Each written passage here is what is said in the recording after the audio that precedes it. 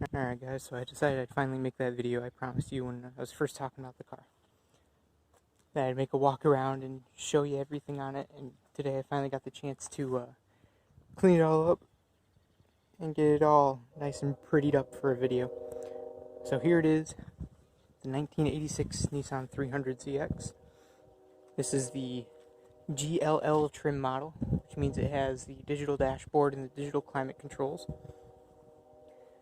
It has the sleepy pop-up headlights, as well as the Z badge on the front. So what's weird about this is it doesn't say Nissan hardly anywhere on the car. If I go around even to the back, there is no little Nissan wording on the side. It just says 300ZX. So the only place it does say Nissan on the outside of the car is down here on the mud flaps. It says Nissan imprinted on those. Everywhere else, it's either Z, which the stock rims have on it, or 300ZX. And as far as I know, this is because of the branding of the Datsun company to Nissan. That happened in 1985, which this car would have been built near the end of. So I don't think they had fully switched over to the Nissan badging yet.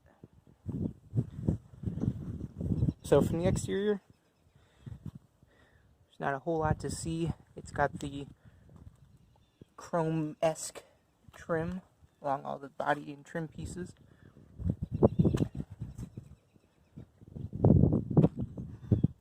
The antenna on it was replaced at some point, I'm guessing when they put the aftermarket stereo in it, so it doesn't have the original power antenna that it would have had from the factory. The third brake light up in there is actually a brake light. It lights up. It's got the rear wiper. And then it has the rear window defrost lines all the way through it, as well as the rear windshield wiper nozzle.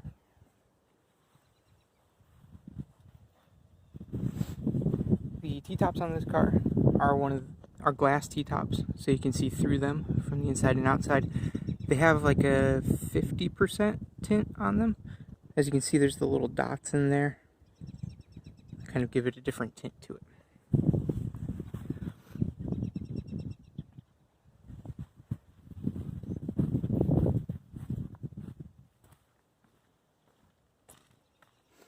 One of the things I didn't realize at first that I do really like, if the door is locked, let me lock it real quick, and you go to pull the door handle, the interior lights come on, and there is a little green light up in the keyhole to light up so you can find it easier, which I thought was interesting. So now I'm going to go ahead and open up the interior, and we'll take a look inside. Alright, so here we are in the interior of the car now. I have to make sure to keep the wide angle lens on, because otherwise this is all going to be very up and in your face. You can see they even kept the Z badging on the steering wheel here, and you've got the nice 300ZX silvery logo down there on the center console. These are the factory floor mats in it that have embroidered 300ZX on both of them. And these are really thick floor mats. I didn't realize at first, but they're almost 3/4 of an inch thick. They've got a foam and then a fiberboard layer in between.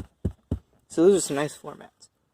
The seats in here aren't made of the usual foam that they use in a lot of the 80s cars.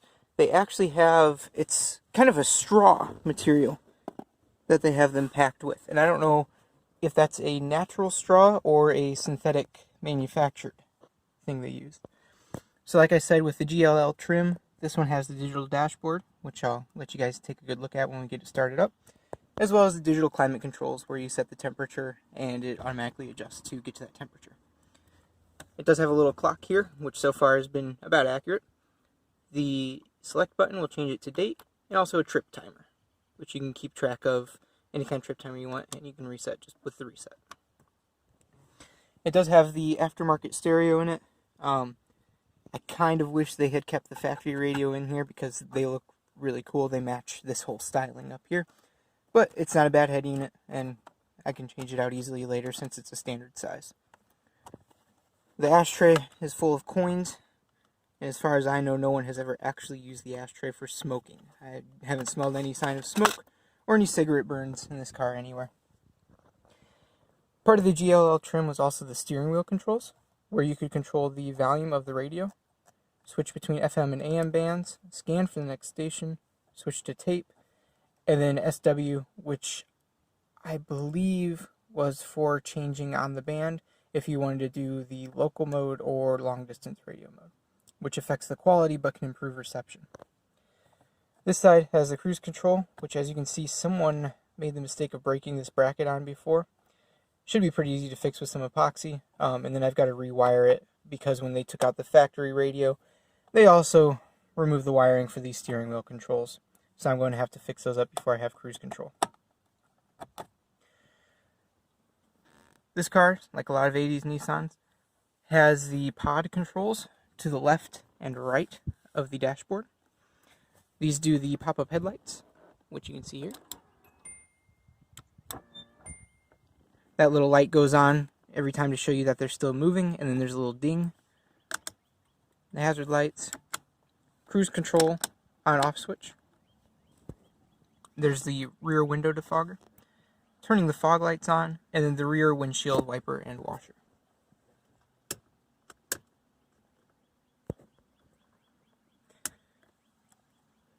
Then you've got your windshield wiper controls with intermittent timing. As far as the labeling on this, I believe it's the time between wipes, and it's labeled as short to long. So this would be the fastest it goes, and then that's the slowest it goes. It has the intermittent, low, and high speeds. If you pull this forward, that enables the windshield washer nozzles and sprays the fluid on there. On this side, we have our headlights. So this will take us to running lights, headlights on. Lights are on. So, Lights are on.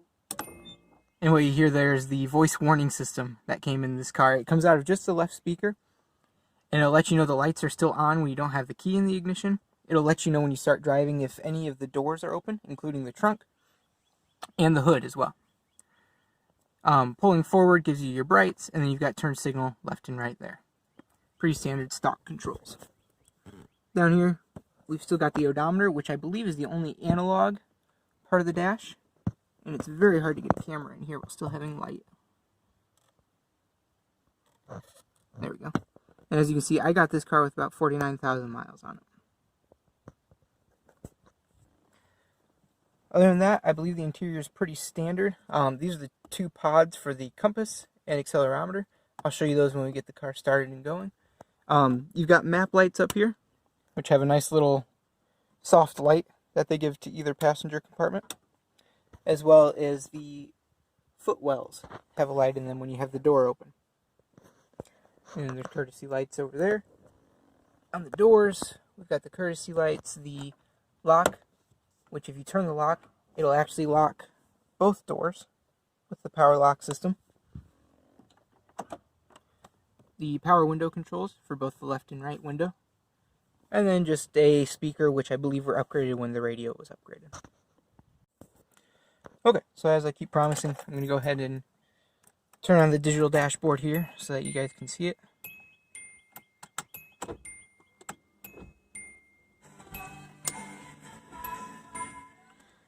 So if I just turn it to on, like most cars do, it'll turn on all the lights so that you can see if there's any issues. The only exception to that on there is the fuel gauge, which will show you the current fuel reading. So as you can see, my tachometer here has these bars that fill up. The more that you're pushing the gas pedal, they fill up vertically. And then there will be one that's bolder while the engine's running to show you the current RPM. Then you've got a digit display here for the current RPMs in hundreds. And then the speedometer up here, which will display in either kilometers per hour or miles per hour. It does have multiple warning lights up there. Washer fluid, lights out, the sensor check, which comes on every 30,000 miles, and then a general check engine light, as well as brake and door open. over here we've got the battery level, the current voltage reading off of the alternator and battery, the current oil pressure, and coolant temperature. Down here in the bottom we have the distance to empty, average speed for this trip, and 2 trip meters, one which measures down to the tenths of a mile. Over here, like I mentioned, we have a digital compass in the dash, so that arrow will move depending on which direction we're traveling. And then the accelerometer, where the faster you're going, the more rightwards the arrow goes, and the more you're decelerating, harder you're hitting the brakes, the lefter the arrow goes. As well as an instant gas mileage. I haven't found it to be terribly accurate. I think it's off by 10 or so. And then go ahead and start the car here. So like I said, the current engine RPMs is lit up by that one boulder line there, which is rather tough to see on the camera, but that one is just brighter than all the others, as well as just giving you a readout. So as I rev the engine up a little bit, you can see that that line that's boulder will climb. And then as you give it gas, it'll fill vertically.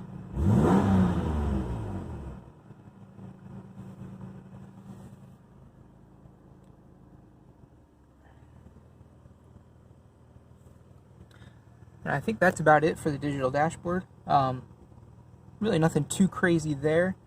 And then when you do turn the headlights on, these pods light up green so that you can see the controls on them, as well as the climate controls all light up and have a little green light up in there as well. And then with the brightness control down there, I can set the brightness. So you've got full bright, dimmed, and then you can keep lowering it until it's just about unreadable. And these dashes over here follow the same trend, where they've got brightness for the overlay on it.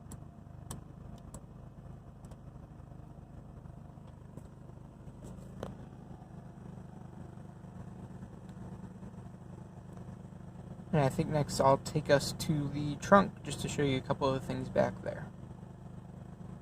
Okay, we are back at the rear of the car now in the trunk.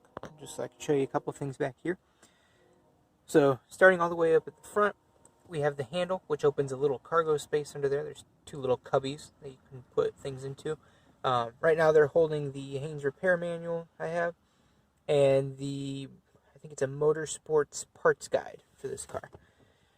Underneath these 2 blue carpet cover plastic thingies that are mounted on top of the shock mounts are the 2 rear speakers, which were replaced with the stereo as well.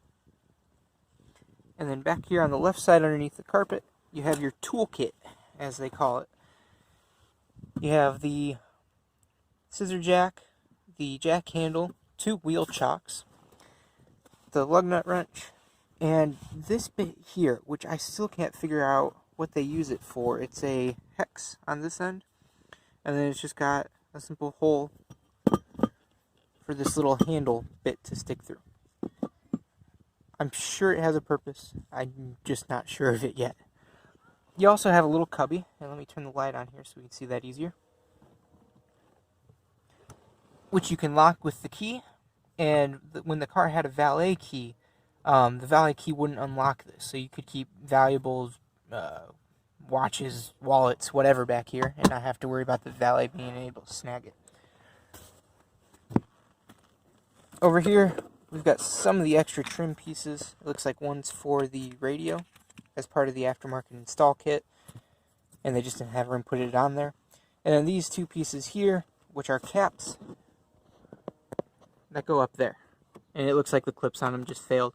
So they'll either have to be glued back up, or I might see about epoxying those clips back on so that they'll pop in there right. But right now, I have very easy access to the brake lights if we need to. Here we have the 2 leather bags that go to the T-tops, that you can slide the T-tops in when you go to take them out. They're kind of lined with a felt wool material there to make sure they don't get scratched up. You have the steering wheel cover, that the other owner had on the car. And then these, which I think are a great idea, go to the inside of the T-tops. They clip up in there to block the sun, so you don't have to worry about the sun coming in and baking you alive on hot days. I'm going to go ahead and turn the light off so we can get rid of some of these bugs.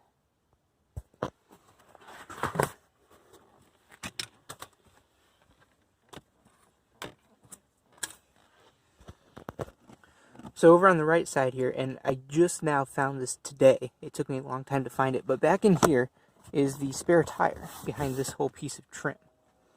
I'm going to open that up real quick so that I can show you guys how it goes. Basically, you just unclip this. There's a little pin here that pulls out.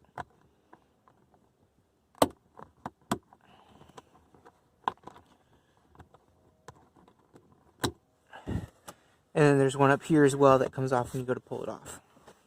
So if you pull the foam out of the way here, and the carpeting, you can pull up on this whole plastic piece.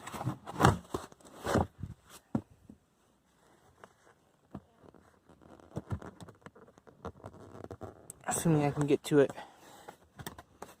But I can kind of show you guys here. There's the spare with the can of air to inflate it. The tire actually starts deflated. And we'll push all this back in place.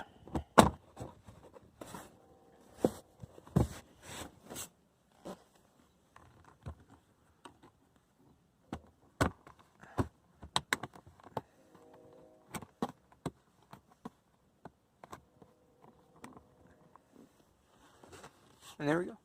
That's pretty much it for the trunk. Underneath this carpet and foam, it just goes down directly to the fuel pump and gas tank access. So there's not a whole lot back here. Just some simple things. Alright, so I figured now I'd give a quick look under the hood. Now I will have to hold the hood up with one hand as these two shocks in the back are completely gone. I think they're still original to the car, so they're about 34 years old. So they don't do anything right now. Luckily, they're pretty cheap and easy to replace. They cost about 25 bucks. So here's the engine. This is the Nissan VG30E engine. It's a 3-liter V6, naturally aspirated. They do make this in a turbo model, which is the VG30ET. And that would be the upgrade from this one, which pretty much they just throw a turbo on it. So as you can see, all the AC equipment is still in place, which I intend to keep that way once you get the AC working properly. The air filter and intake is up here at the front, just above the radiator.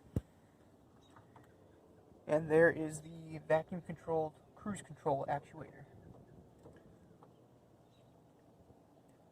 Not a whole lot to see under here, but I figure might be interested to take a look. So, funny story about this battery actually. The owner I was buying it from, the battery he had in it had issues, and it was too old and basically shot. So when I went to go look at it, the car wouldn't start, and she had tried to throw it on a charger so that it would start so I could take a look at it. While I was still there, she said, well, let me just go grab another battery, and left us there with the car, with the keys running, while she went to go grab a new battery for it. So that is a brand new battery in there. Yeah, that's about it. Get a good look around with the lights on.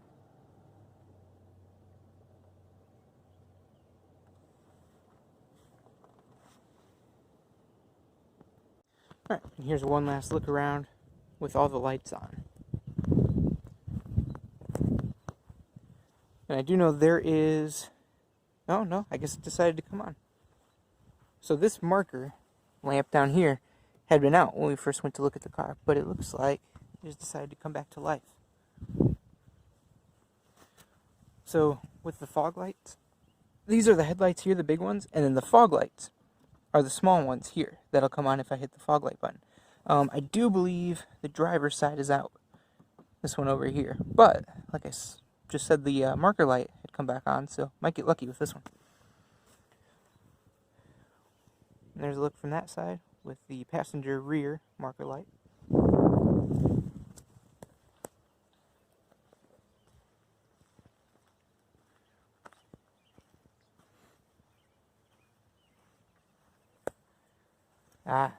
And I've got a license plate bulb out. That's an easy fix.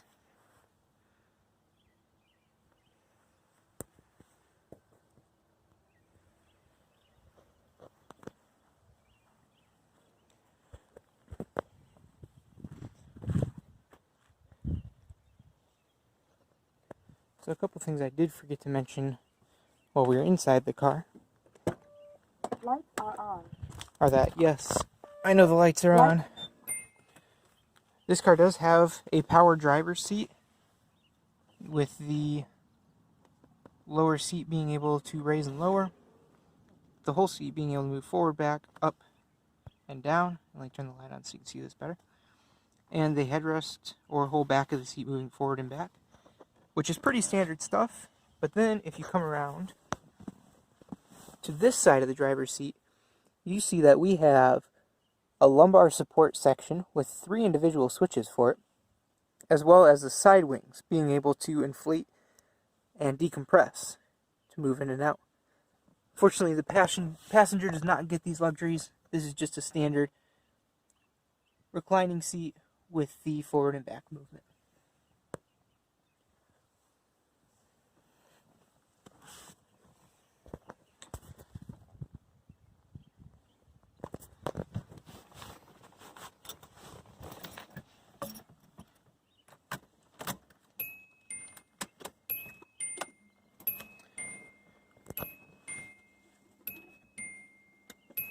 But I think that about does it, especially since now it's getting dark out.